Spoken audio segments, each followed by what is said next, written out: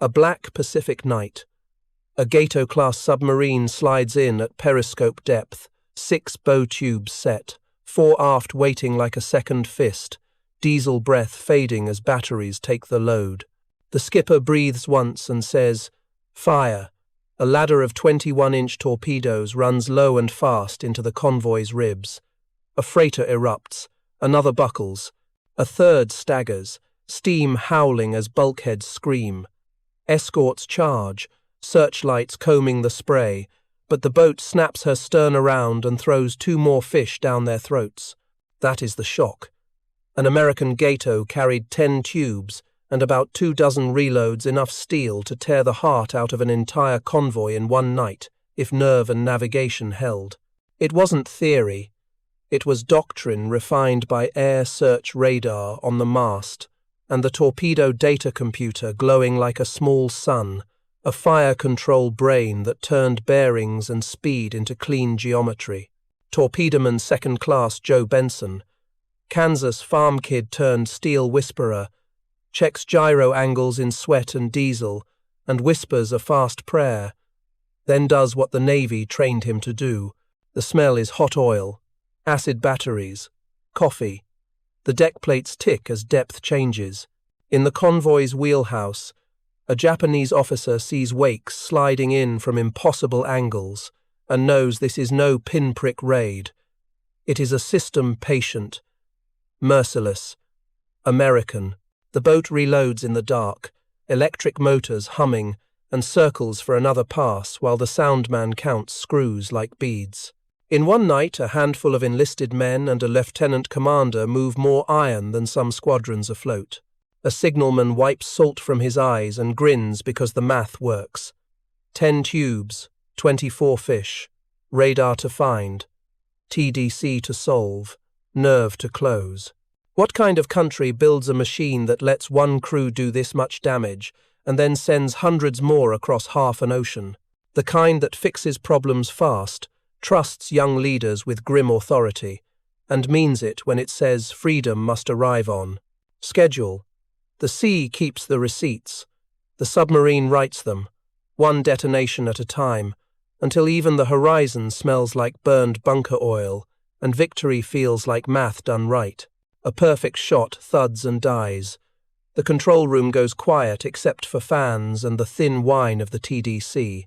In 1942, that scene came too often.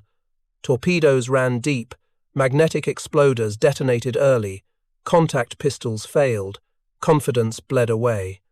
A lesser navy would have made excuses. Admiral Charles Lockwood ordered proof. Crews fired live warshots into island cliffs and measured truth with rulers, stopwatches, and nerve that could not be faked. Depth settings were wrong. The magnetic feature betrayed crews. Contact pistols needed strengthening, shims and steel. The magnetic exploder came out fleet-wide. The Bureau reworked the pistol until it bit. Torpedo data computer schools stood up at Pearl and Fremantle.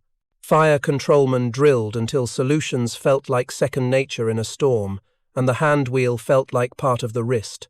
A lieutenant wrote, "We will not guess again. That is the American habit. Find the fault, fix the process, then accelerate and do it under fire without complaint." Within months, the same boats returned with weapons that did what the label promised. Japanese convoy commanders expected a pause. Instead, they met a force that grew more lethal every patrol. Escorts learned to fear a stern-tube surprise. Tankers learned to hate midnight radar pips that never went away. The men absorbed a simpler rule. If a tool fails, you do not write poetry about fate. You rebuild the tool and you go back out. Lockwood's memos were blunt. Nimitz's guidance was calm. Carry on. And the boats carried on. Combat reports became ledgers, hits that counted, ships that did not arrive, routes that suddenly felt cursed, tonnage tallies that marched in cold columns. A grey sea dawn, 2 tankers down to a single spread, and a Japanese captain realizes last month's world is gone. By late 1943, the Pacific lanes had become a classroom the enemy never asked to enter. Our boats taught the lesson daily. Get the tools right, trust the men, and never stop until the sea agrees. Wakes run true. The control room counts. 30. 35. Then a dull bump against steel and no explosion. A logbook closes. The ache sits in the ribs because courage without effect feels like theft. The question hangs in the red light. What if America's best weapon is broken in the middle of a war that decides the century? The answer is why we win. Lockwood orders test shots against rock, not opinions and not pride. Magnetic influence disabled, depth corrected. Fuses rebuilt with stronger noses and honest tolerances. Training doubled until trigonometry lived in the fingertips. The next patrol proves it. A machinist's mate from Utah wipes grease from his sleeves and says, "We'll make these things work if we have to hit 'em with a wrench." He does not need to. In 1943, contact hits boom like thunder that shakes dust from lamp globes. Escorts go down. Ammunition ships vanish in towers of fire that paint the clouds orange and turn the sea into a mirror of flame. In Manila, a prisoner forced to unload crates hears a far thump and the groan of a broken hull and thinks of American radio voices, promising help that is not theory, it is a schedule with names. Japanese staff officers change phrases in their reports. The submarine threat has changed character, a careful line that cannot hide panic. Charts show tonnage losses rising like a hard tide over seawalls. Naval planners propose air cover and new lanes. Boats meet them anyway because learning moved faster than orders. The lesson is not glamorous. It is American. Say the truth out loud. Fix the part. Train the people. Try again tomorrow. Now a skipper watches two white wakes stitch into a tanker and feels the right shock detonation, then silence, then another detonation. The boat breathes. The logbook opens to a different future. Repairs become dominance. Honesty becomes firepower. And the Empire begins to understand that the invisible enemy now carries answers, not questions, and will keep coming. Dawn grey on the South China Sea. A Gato slides under the Convoy's guard like a wolf through a fence, using the noise of its victims as cover. The skipper takes her in tight, where voices carry over water and steel smells like rain. The plot is clean, the TDC hums. Set forward tubes. 6 shots climb a ladder down a merchantman's path. Steel screams. Black smoke claws the sky. The boat dips, reloads, and comes about on batteries alone. The stern tubes answer an escort's charge with cold geometry that feels like fate. 1 submarine, 10 tubes, 24 fish. A crew that learned this dance in sweat and chalk until fear lost its seat and habit took over. This is the American style. Decentralized trust from Nimitz, aggressive doctrine from the deck plates, radar that erases night, sonar that turns whispers into pictures the helmsman can feel in his palms. Seaman First Class Angel Rivera, Bronx Kid, steadies the scope as depth charges pop like God's knuckles and whispers, "Hold her," the boat a living thing under his hands. Above, Japanese signal flags tell 2 stories, protect the wounded, hunt the ghost, and neither works. The convoy's spine snaps, ships sheer out of line. The hunters turn inward and collide with their own confusion and their own wakes. The boat sinks into a thermal layer, the water going cold and silvery, and vanishes. Batteries low, minds clear. A mess cook passes hot coffee with shaking hands and a grin he cannot hide because survival tastes sweet. The combat report will be plain 2 confirmed, 1 probable, damage to an escort, but the impact is not plain. Multiply this attack by all the lanes, all the days, all the Gatos we can launch. You get a word that terrifies empires. Attrition. If 1 boat can hit twice in a single minute from ahead, and astern no screen is tight enough, and no doctrine holds. The sea has changed sides, and the math is only starting to speak in totals. Midnight to 0300 and 3 ships are already gone. By dawn 2 more will list, burn and roll under.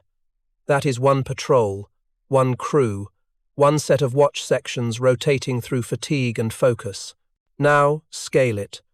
Less than 2% of the United States Navy, its submariners will sink the majority of Japan's merchant tonnage. An island empire lives by oil, ore, and rice, hauled over water. Our boats cut those arteries faster than they could scar, and kept cutting tomorrow. Tokyo logisticians pin new routes to the wall and find only new graves. Charts fill with red ink until the staff runs out of pins and starts carving little crosses into wood. A Kansas factory man who once ran a lathe now runs fire control and writes home, "Same math, different stakes. Measure twice, fire once."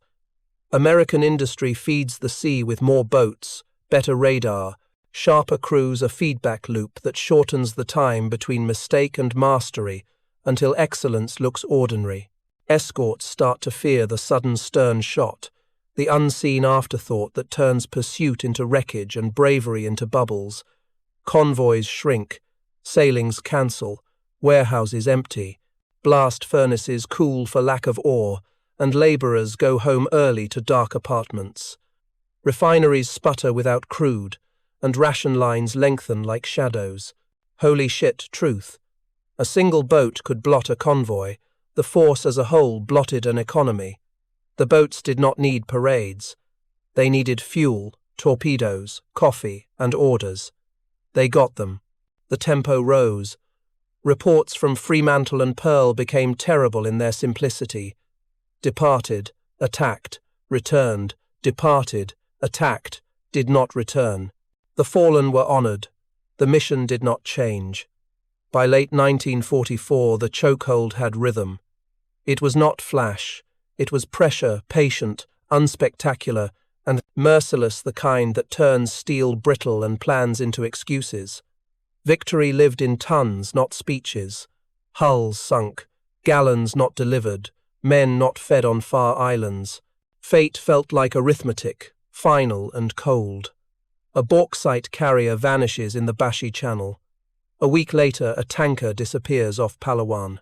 Fewer ships reach Moji, more sink nameless between whitecaps, and clerks learn to leave the arrival column blank. The question writes itself on a wall in Tokyo. Can an island empire live when American submarines cut every artery it has? The answer arrives as silence. Empty harbours, quiet cranes, idle berths. The routes are mapped. The choke points are saturated. Pickets are avoided or killed. A rotation of Gato-Class patrols makes absence itself a weapon.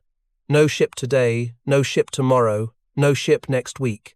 A Dutch prisoner forced to unload crates in Manila notices the new quiet and the smell of tar with no hull under it. Gulls wheel over empty water because there is nothing left to follow. In Pearl Harbor, Admiral Nimitz reads shipping tallies and nods once. Admiral Lockwood's boats have made tough decisions inevitable across the archipelago. Abandon garrisons or starve them. Risk tankers or watch factories go dark. A coastal villager writes, "No kerosene, no rice. We wait for whistles that never come." Fact turns to feeling when factories go cold for want of ore. Soldiers dig gardens where ammunition should be, and officers count crumbs. The enemy's shock is not a moment but a season. The slow understanding that a superior system is not fast, it is patient, and it does not stop. America did not merely find convoys. It found the logic that keeps nations alive and broke it with math, nerve, and boats that could be anywhere. That is how a free people fight. Fix the tool. Trust the crew. Keep score in tons. Tide lines black with oil, a silent pier at sunset, a mess hall where the pot stays empty. Plans keep talking. The sea keeps the receipts and reads them out loud in breakers. Smoke hangs over the Bungo Strait when a different American skipper edges his Gato toward the inland sea, where Japan once felt safe enough to move in daylight. He reads the tide like a timetable, slides past patrol boats that never imagine a US submarine will dare this run twice in a month, and lets the torpedo data computer turn chaos into numbers that look like fate. SJ radar whispers bearings. The soundman hums a steady song of screws, and the boat punches a convoy in the ribs before sinking into a cold layer that muffles revenge. The revelation lands slower than an explosion. There is no sanctuary left, not even inside the home islands, not even with shore lights flickering on piers. A quartermaster at Cure stands knee-deep in lines, staring at smoke where a freighter should be, and realizes coastal no longer means protected. On our control room wall, a calm plot shows the inland sea as just another lane. Plot, close, fire, vanish. The human thread is a petty officer named O'Rourke, with a grease pencil and a street Christopher medal. He marks tracks with a steady hand and never raises his voice. The men trust his calm like they trust the hull, and the hull answers like a living thing when the skipper whispers, "Down scope." Across the water, an escort captain orders a practiced counter and still loses the angle, because the enemy he trained to fight in 1942 no longer exists in 1945. The boat settles, coffee cups clink, and men grin into their sleeves at a normal miracle. One ship gone would be news. Many ships gone is policy. Policy repeated is dominance. That is the American advantage. Once we find a pattern that works, we scale it until it fills the map. The inland sea's arithmetic changes from pride to survival, and the silent service holds the pencil. When the sub clears the narrows, the horizon looks clean and honest, as if the ocean itself has decided which side it prefers. The log shows neat times and bearings, but the truth sits heavier. Everywhere the enemy tries to be, an American boat can already be there. A dozen urgent problems crowd Admiral Nimitz's desk carrier tasking.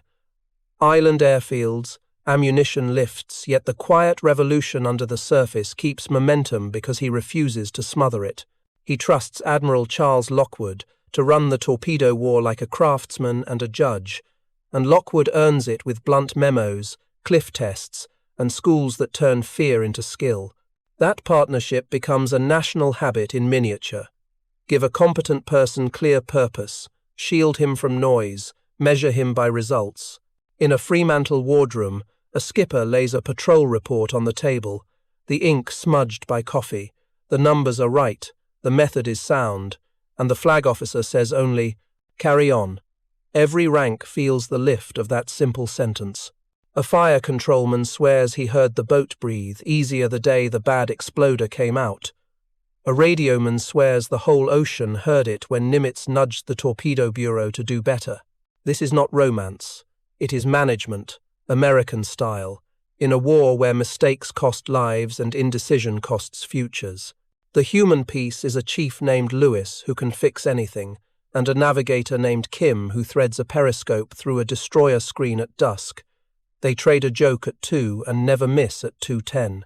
Across the line, a Japanese staff officer files a plan to add escorts and rearrange convoys, then watches losses continue because the other side learns faster than paperwork moves. The shock is cultural. Our leaders move friction out of the way instead of into it, and the boats run like a song they all know by heart.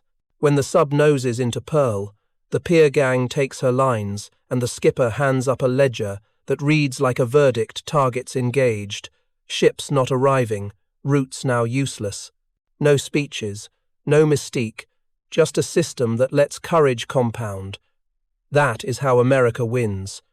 Truth from below, trust from above, and relentless pressure between. A Japanese rear admiral pins another tiny flag on a wall map, one more freighter gone, one more tanker missing, and runs out of pins before he runs out of bad news. The question he will not say out loud hovers like smoke. What do you do when the enemy has too many of everything? Boats, crews, radars, torpedoes, factories, and you cannot catch up. American shipyards launch new subs, while welders are still mastering yesterday's tricks. Training commands turn machinists and farm kids into fire. Controlmen who can solve a triangle at battle stations with wet hands. A single boat's night of work, 2 ships confirmed. One probable looks immense, until you realize there are more boats plotting, more patrols sailing, more tubes warming in the dark. In a control room, an electrician's mate from Ohio reads battery voltage with the focus he once gave a tractor. He jokes that both machines feed people, only this one feeds history. On the far side of the scope, an escort swings wide, guessing wrong. The stern tubes speak, and guessing has consequences measured in flame. A rescued Allied POW stands on a pier weeks later, blanket around his shoulders, and says, "They never quit. It felt like the ocean picked a side."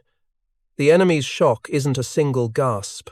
It's a long exhale, the sound of will draining from a staff that knows numbers win arguments. Reports home grow numbing. Departed, attacked, returned. Departed, attacked, did not return. Departed, attacked, returned with more answers than questions. The pattern is tyranny to the other side and freedom to ours. Too many American boats means too few Japanese cargoes, too few gallons, too few meals. Too few is how empires end, not by burning banners but by empty storerooms. When a convoy forms, a crew somewhere smiles not with cruelty, but with certainty that skill and numbers work together like gears. That is what too many looks like from the periscope, inevitability. A ledger in a Tokyo ministry tells the story without adjectives. Sailings scheduled, sailings departed, sailings arrived. The right column shrinks until clerks leave it blank. That is what victory looks like before any trumpet, an absence that grows teeth. Oil that should turn propellers never reaches tanks. Ore that should glow in furnaces rots in holds that no longer exist. Rice that should fill bowls sits in foreign warehouses because American submarines made the ocean charge a toll Japan can no longer pay. In a stateside yard, a welder sparks a seam and thinks of little beyond overtime. Out in the lanes, that seam becomes a pressure hull that will unmake the enemy's month. In a control room, a quartermaster runs a pencil down a chart pocked with coffee, plots a convoy, and says, "We'll be there." Across the water, a Japanese commander cannot say the same. He can promise courage, not arrival, and that distinction decides wars. The human thread is a signalman named Reese, who reads a ragged sky and tells the skipper to risk a surface dash. It buys the position that buys the kill, that buys a week's hunger for a garrison that will never know his name. The enemy's shock finally goes quiet. It stops looking like anger and starts looking like accounting. When a captain closes his log with fewer ships than he opened it, he understands the map is no longer geography, it's survival math, and America now holds the pencil. The bridge to the end is a single idea. If you cannot move what you need, you cannot fight where you wish, and soon you cannot fight at all. A reservist who never left his state climbs a gangway at New London and steps into a machine that smells of hot oil and coffee. 6 months later, he is a helmsman, easing a Gato through a screen without wasted motion. That arc is the American flywheel. Education, industry, training, deployment, each turned by leaders who prize competence over ceremony. Back home, yards pour. Out hull sections like clockwork. Forward bases turn those sections into boats with names and crews. The ocean turns those boats into outcomes. A yeoman on USS Barb watches rockets streak toward a shore target and laughs at the mad ingenuity of sailors who mount what they have where it will hurt. A mess cook on another boat ladles coffee between depth charge patterns and thinks only of steady hands. His steadiness helps win a war. One afternoon, a submarine plucks exhausted flyers from a heaving sea, ropes biting palms. The rescued men gasp that the deck feels like America itself. That, too, is victory, power and mercy at once. Japanese officers are not fools. They recognize skill when they see it. What shocks them is speed the way Americans correct, scale, and sustain until excellence looks effortless. A freight train of output hits a narrow bridge of enemy shipping, and the bridge collapses on schedule. Chiefs teach. Skippers trust. Crews make the hard look easy, A nation of problem solvers meets a problem that refuses to move and pushes until it does. The next page stacks numbers so high they sound like legend, but the legend stands on touchable things: a wrench, a chart, a cup of coffee steadying a man who refuses to let the cup or the country down. Soot drifts across the inland sea at sunset, and a fisherman watches flat water where a freighter once stitched white seams. He rows home through silence, and knows, before any proclamation, the war is already decided. The last hard question rings like a bell. Could any other nation have admitted a core weapon was faulty, fixed it under fire, trained thousands of civilians into professionals, and choked an empire at sea simultaneously? The answer is the record itself. Submarines that were a small fraction of the Navy sank the lion's share of the enemy's lifelines. They did it by telling the truth about failures, by learning faster than doctrine ages, by trusting young leaders with heavy responsibility, and by marrying machine precision to human nerve. A Japanese officer who once believed in depth and distance as shields now reads a report that says the inland sea is no longer secure. He does not argue, because the water will not listen. A rescued prisoner eats his first full bowl of rice in months aboard an American deck and whispers, "I didn't know kindness could feel like victory." And the line lands because it is true. The enemy's shock ends as acceptance. The map is broken, the math is final, and the sea is against them. The boats that could annihilate a convoy did exactly that, again and again, until convoys stopped forming and hunger spoke louder than orders. When the surrender comes, it feels less like a twist than a balance sheet settling its numbers. The closing image is simple. One submarine sliding home on the surface, flags snapping, crew in salt, stained dungarees, a nation behind them that made the impossible ordinary and wrote freedom into the log.